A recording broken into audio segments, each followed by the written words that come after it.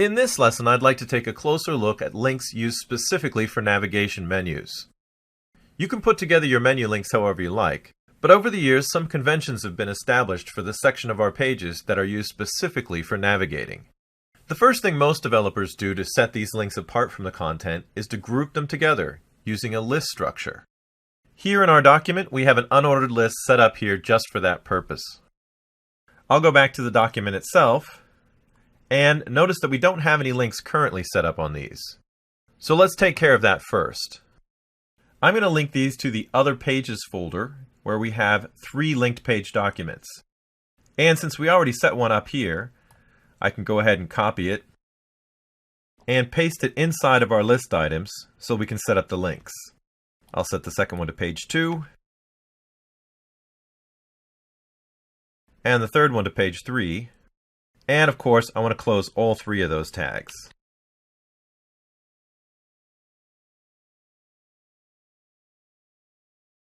Now that our links are set up, I'll add in one more grouping tag that's new to HTML5.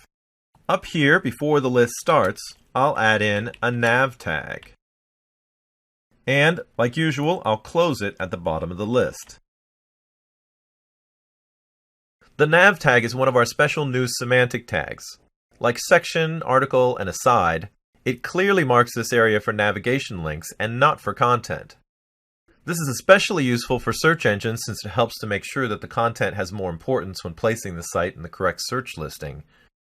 But it can also help other devices, like screen readers, find the navigational parts of the page and use it correctly. Now that we have our list of links, we want to set up styles for it so that it looks more like a menu and less like a list of items. The first thing I want to do is remove the bullet symbols from the list. To make sure that other lists on the page aren't affected, I'll start out the rule with the nav tag, and then after a space I'll add the UL tag. Now this selector will only find unordered lists inside the nav tag, and it'll leave the rest of the unordered lists alone. Here we can set up our list style type property, and to remove those symbols I'll set it to none. Now let me save our change and see what we've got so far. I'll go over to the browser, and we'll refresh, and now you can see our links look a little bit better. We've got the rollover color still kicking in because remember, it's an A tag, and we can see that some of them are normal and some of them are visited at this point. But it still doesn't look quite like a menu. So let's go back over to our document, and we'll add a couple more style rules. The first thing I want to do is control how the list items are actually displayed. Now once again, I only want my nav items to be affected. So I'll type in nav to start with, and this time I'll use the LI tag to target the list items directly. For this, we want to use the display property because it changes how the items are rendered on the page. For the value, I'll type inline. And basically what that'll do is it'll make our list items appear next to each other instead of all stacked up. Now the other thing I'd like to do is change the way our menu links look. So once again, I'll add a new style rule, and for the selector, I'll start out with the nav tag. And this time, I want to change the A tag. Now since we have a link and a visited A tag addressed up here at the top, I want to make sure that my style overrides both of those.